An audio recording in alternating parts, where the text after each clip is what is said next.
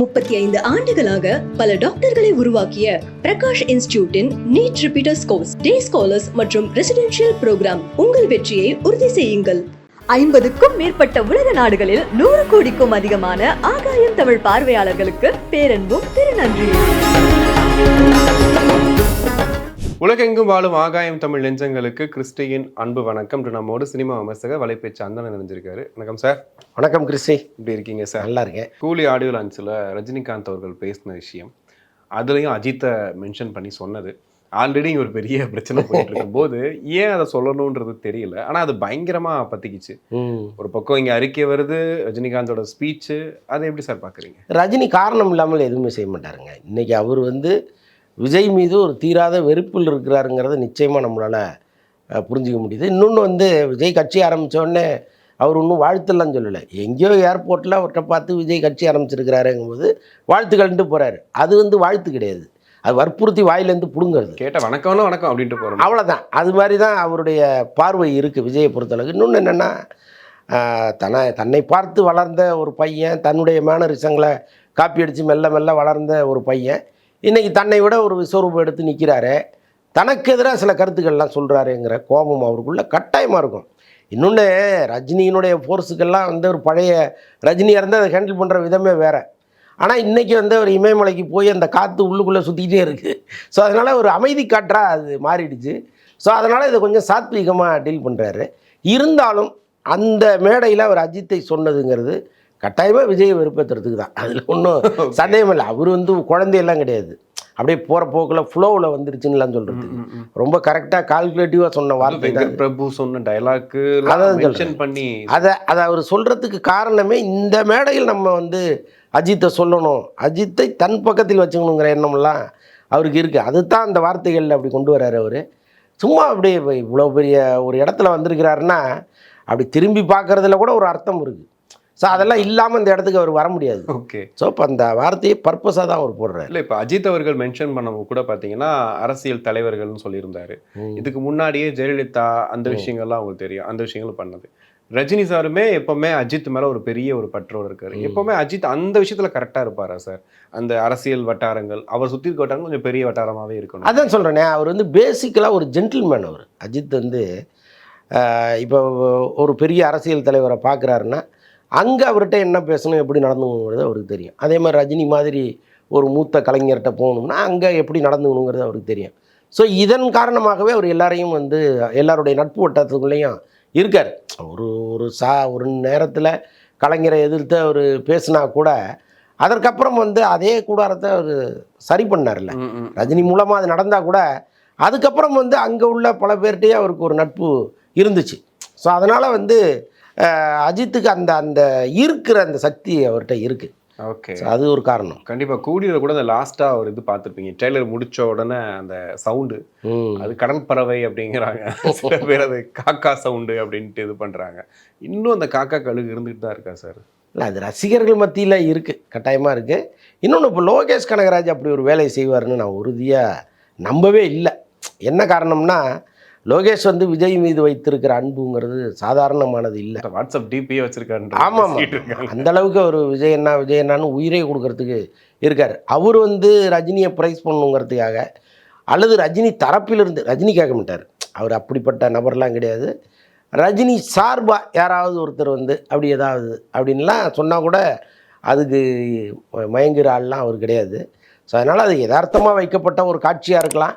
நம்ம படம் பார்த்தா தான் தெரியும். படம் பார்க்காம சும்மா ஜஸ்ட்டு ஒரு இதை வச்சுட்டு எதையுமே நம்ம சொல்கிறது சரியாக இருக்காது. கலாநிதி மாறன் ஸ்பீச் கேட்டிருப்பீங்க. ஆமாம், ரஜினிகாந்த் ஃபோன் பண்ணால் சிஎம்லேருந்து பிஎம்ஏ கால் பண்ணி எடுத்து பேசுவார் அப்படின்ட்டு.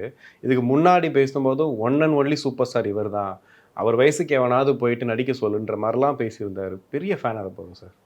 இல்லை, ஃபேனுங்கிறத தாண்டிங்க நீங்கள் நல்லா பார்த்தீங்கன்னா, நீங்கள்லாம் பிறந்த காலத்துலேயே ரஜினியுடைய ரசிகராக இருப்பீங்க. நம்மலாம் படிக்கிற காலத்துலேருந்து அவரை பார்த்துட்டே இருக்கோம். அவர் மீது ஒரு இனம் புரியாத ஈர்ப்பு எல்லாருக்குமே இருக்கும்.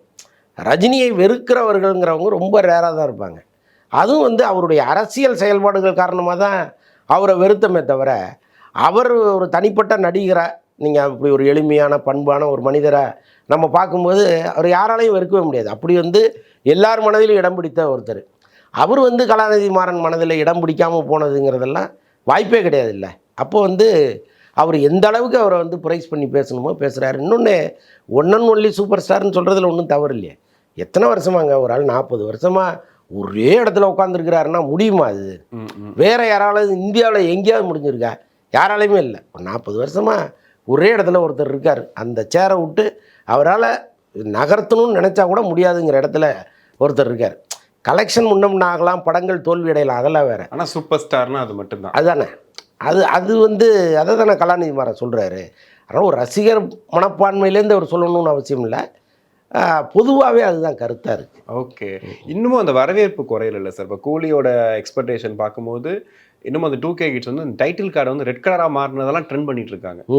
இல்லைங்க ப்ளூலேருந்து ரெட்டு சூப்பராக இருக்குது அப்படின்னு சொல்லிட்டு 2K கிட் வரைக்கும் எப்படி சார் இந்த கூலியை ரீச் பண்ண? இல்லைங்க, பெரும்பாலும் வீட்டில் வந்து அப்பா ரஜினி ரசிகராக இருப்பார்.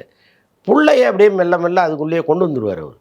அது வந்து அப்பாவும் மகனுமா சேர்ந்து எத்தனை படங்கள் பார்த்துருப்பாங்க. அப்போலேருந்து அது உள்ளுக்குள்ளே ஊறி தானே இருக்கும். அவருடைய சந்ததிக்கு ரஜினி அறிமுகப்படுத்துகிறாரு. ஸோ இப்படி தான் ரஜினி வந்து எல்லாருக்காலையும் ஈர்க்கப்பட்டுக்கிட்டே இருக்காரு தொடர்ந்து. ஓகே. இன்னொன்று வந்து ரஜினியும் அவர்ஷனெல்லாம் ஆகவே இல்லையே. அவருக்கு இப்போவும் மேஜிக் தானேங்க. அவர் வந்து நின்னா அப்படியே கைத்தட்ட வேண்டியதாக இருக்குது, திரும்பினா கைத்தட்ட வேண்டியதாக இருக்குது. அந்த மேஜிக் வந்து அவர்கிட்ட இருக்கே, அது போகவே இல்லையே. அது போனால் தானே. இப்போ இவங்க நிலாம்பரி சொன்ன மாதிரி தான், வயசானாலும் ஸ்டைல் தனி அப்படிங்கிற மாதிரி.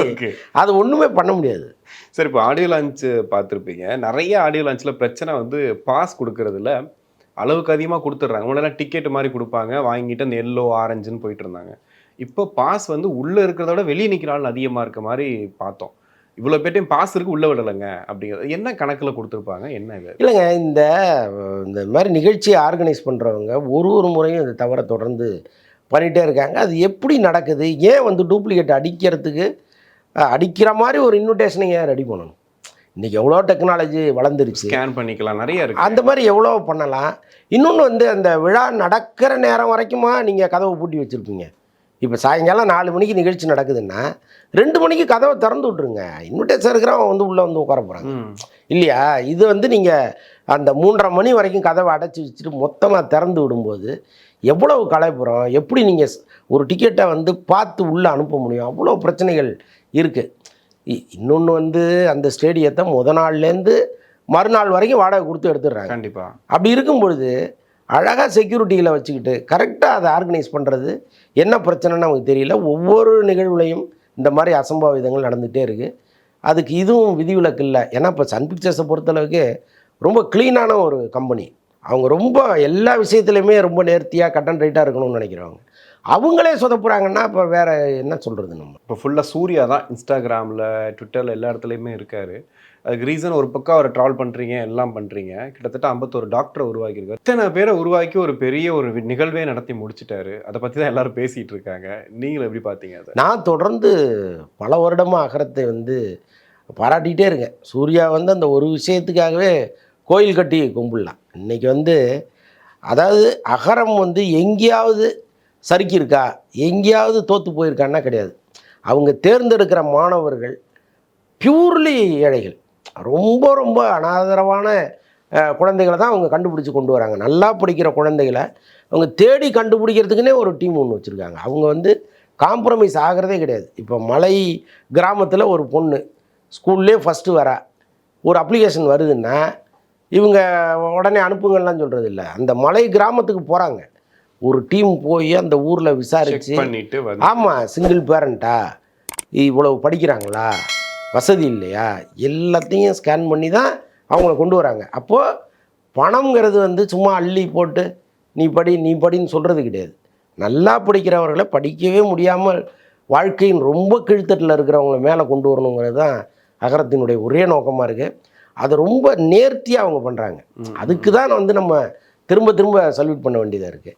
அதே மாதிரி வந்து ஒரு கமர்ஷியல் ஹீரோ படத்தில் வந்து ஒரு டான்ஸ் ஆடலாம், கூத்தடிக்கலாம், காமெடி பண்ணலாம், என்ன வேணாலும் பண்ணலாம். ஆனால் நிஜ வாழ்க்கையில் ஒருத்தன் ஹீரோவாக இருக்கான்னா அது சூர்யா தான்.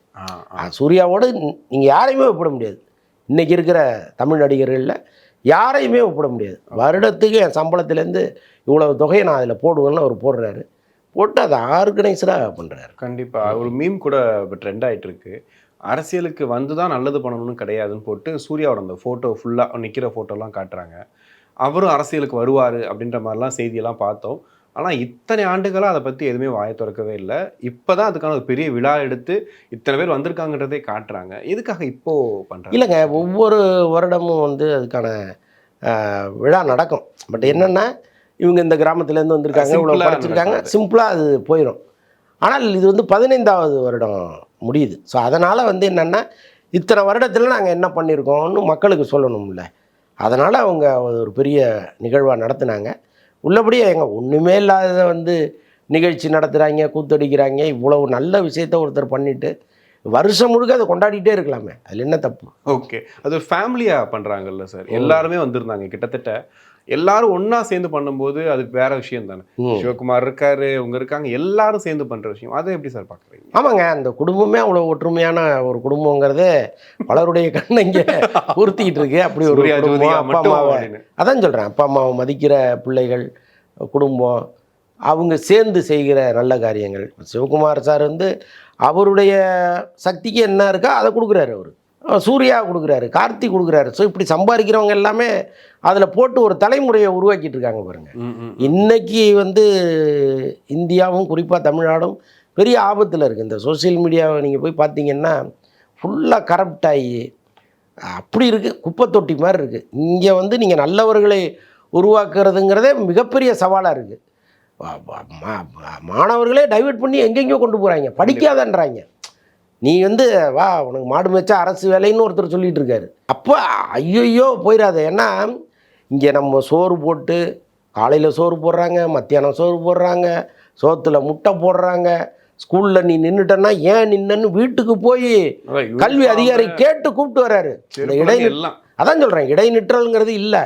புத்தகம் போய் கொடுக்குறாங்க, ஷூ கொடுக்குறாங்க, ஸ்காலர்ஷிப் கொடுக்குறாங்க. படிக்காத கூட்டத்தை கொண்டு வந்து இன்றைக்கி படிக்க வச்சு எங்கெங்கேயோ என்னென்னவோ இருக்கான்.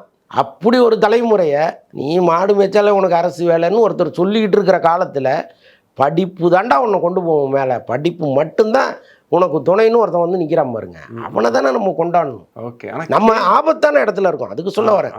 ஏன்னா இந்த மனசை மாற்றுறதுக்கு ஒரு கூட்டம் வந்து இங்கே இறங்கிருச்சு. இப்போ குருகுல கல்வின்னு சொல்கிறான், அப்போ என்ன வேலை செஞ்சானோ அதை புள்ள செய்யணும்னு மெதுவாக கொண்டு வர்றான். என்னென்னவோ அதுக்கு பேர் வைக்கிறான். அது இது செஞ்சாதான் நீ நல்லா இருக்க முடியுன்றான். அப்படியே விஷத்தை வந்து தேனில் தடவி கொடுத்துட்ருக்காங்க. இங்கே நீ எதை கொடுக்கணும்னு ஒன்று இருக்குல்ல, கண்டிப்பாக அதை ஒரு ஆள் செய்யும் பொழுது அவர் மேலே சரி இருக்குது, தவறு இருக்குது, படத்தில் ஏதோ ஒன்று சொல்லிட்டாரு, எல்லாத்தையும் தள்ளு, அவர் பின்னால் நில்லு, அவ்வளோதான். ஓகே, ஆனால் கேலி கிண்டலுக்கு வந்து அதிகமாக சூர்யாவுக்கு தான் வருது. இப்போ வந்து எல்லாரு கூடயும் கம்பேர் பண்ணுறது, சிவகார்த்திகேயன் கூட கம்பேர் பண்ணுறாங்க, எல்லாரு கூடயும் கம்பேர் பண்ணிட்டு அவருக்கு ஒரு பேர் ஒன்று வச்சுக்கிட்டு நிறைய ட்ரால்ஸ் வருது. இதை எப்படி சார்? அதுதாங்க, ஒருத்தர் நல்லது பண்ணுறாரு, மாணவர்கள் எல்லாம் ஒருங்கிணைக்கிறாரு, வேற ஒரு திசைக்கு அவங்கள கூட்டு போகிறாரு. நாம் நினைக்கிறது இங்கே நடக்கலையே. அப்போ கொத்தனாராக இருந்தால் பிள்ளையும் கொத்தனாராக இருக்கணும்னு நாம் நினைக்கிறோம். அவன் டாக்டர் ஆகுறானே, அது எப்படி? அதுக்கு ஒருத்தன் வந்து பணத்தை கொடுத்து படிக்க வைக்கிறானே, அவனை இது மாதிரி பண்ணோம்னா அவன் மனதளவில் சோர்வு அடைஞ்சு பேசாமல் போயிடுவான்ல. அதுக்காக அடிக்கிறது தான் இது ஒரு கூட்டம் இறங்கியிருக்கு. அது கண்கூடா தெரியுது. இந்த கூட்டம் ஏன் இறங்குச்சு, என்ன பண்ணுதுங்கிறதெல்லாம் நம்ம கண்கூடாக பார்க்குறோம். அப்போ நாம் என்ன செய்யணும்? எந்த எதிர்பார்ப்பும் இல்லாமல் சூர்யா பின்னாடி நிற்கணும். அதுதான். ஓகே, கண்டிப்பாக சார். நிறைய விஷயங்கள் பேசணும். உங்களை நன்றி. 35 ஆண்டுகளாக பல டாக்டர்களை உருவாக்கிய பிரகாஷ் இன்ஸ்டிடியூட்டின் நீட் ரிப்பீட்டர்ஸ் கோர்ஸ், டே ஸ்காலர்ஸ் மற்றும் ரெசிடென்ஷியல் ப்ரோக்ராம். உங்கள் வெற்றியை உறுதி செய்யுங்கள்.